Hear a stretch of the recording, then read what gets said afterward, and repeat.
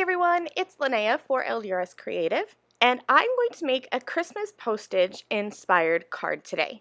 Now this card is actually inspired by one that I made a couple months ago, and I used some postage elements along with the braided edge die to create just a quick little note card.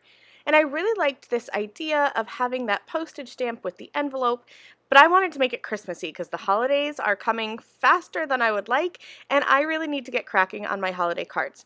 So I have a whole bunch of LDRS Creative products that I'm going to mix and match together to create this card. I have the Season's Greetings Postage Collage products, the envelope and postage stamps. I've got the Me to You holiday sentiments. I have some sealed stamps, and then I have some background elements that I'm going to bring in, a background stamp and some dies. So I'm going to go ahead and get started with this distressed background stamp. Now this stamp is about 5 by 7, so you can do a lot of different card sizes with this, but I'm sticking to my go-to, which is just an A2 card. And I don't need this background to be perfect. I want it to just be a little bit of distressing, maybe appear a bit like when the snow kind of blows across the road, just a little bit of a wisp here and there. So I have alloy hybrid ink. I left this stamp actually on the stamp backer. I didn't even take it off of the packaging. I just inked it up right on there. Then I put an A2 panel face down, and I have a piece of scratch paper that I'm just going to place over top to protect my hands from getting ink on them. And now rub all over the back so that I can transfer that image onto my card. If you wanted a darker background, you could definitely do this in a stamping platform and stamp multiple times, but I just wanted it to be something really light in the background. All right, I'm going to move on to the Season's Greetings Postage Collage products. I'm not actually going to be using the stamps this time, just the stencils, and I'm not creating a full background. I actually only want that little gingerbread man. He is absolutely adorable and sized the right way for my card design. So I have that positioned over top of an A2 panel, and I'm just going to go ahead and start ink blending. And I've sped this up quite a bit because there is nothing fancy about this ink blending. I'm going to start with stencil 1, and if you take note, there are little etchings in the bottom right hand corners. So I started with 1, and I used Marina Madness to create that light blue background. I have stencil 2 now. I lined that up. It's pretty easy to line up this gingerbread man, especially when you do the background first. You just kind of center his body in those lines, but there are also grid lines if you need them. I used iced tea hybrid ink for the body of the gingerbread man. Then I'm going to come in with some Kiss Me Red hybrid ink for this stencil 3, and that's going to be for the hat and the part of his scarf that goes around his neck.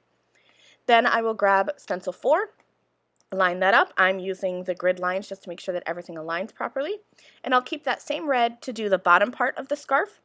Then I'm just going to grab my microfiber cloth that I used to clean my stamps and stencils.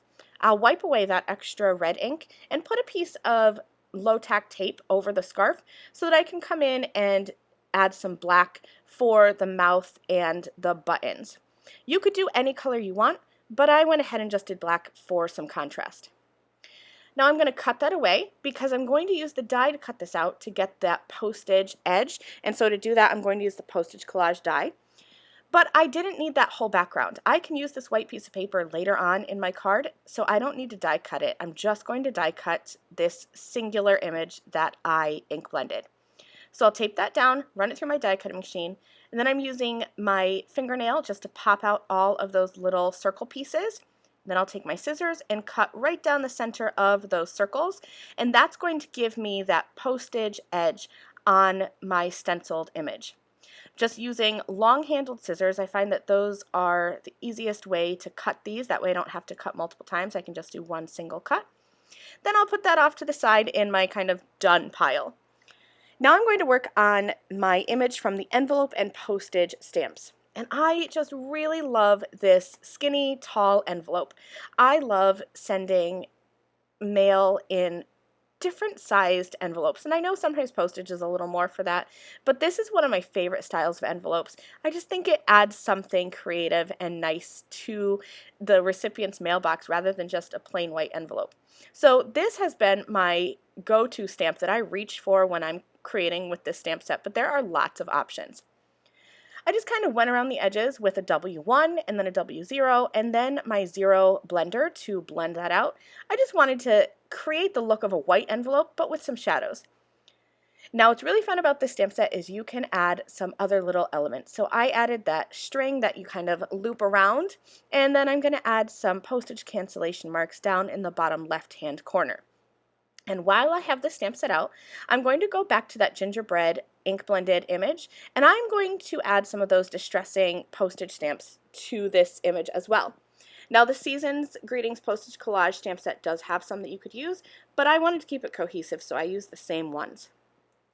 Now I'm moving on to the Sealed with Christmas Wishes stamp and the Sealed with Good Wishes coordinating die.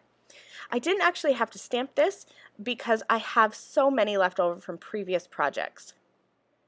But the great thing about this stamp set is each line of 3 of those seals stamp at once, then you use that die and you just cut them out at once and you'll have 3 individual seals. So I grabbed one in red that I thought would work with my images. I used the Postage rectangle dies, the mixed postage rectangle dies, and I cut 2 different sizes, one in white and one to layer in red. And here's how my card is coming together. We are almost done. All I need is a sentiment, and that's going to come from the Me to You holiday sentiments. I am in love with this sentiment set. It is used on every one of my Christmas cards that I'm sending out this year because there are sometimes where I want to send a card just from me, even though I am married and I have a kid, so we are a household of 3. But sometimes I want to send something just from me. So these kind of individual sentiments are perfect, but they also work if you are sending from a group household to another group household. This is just an all-around perfect stamp set for the holidays.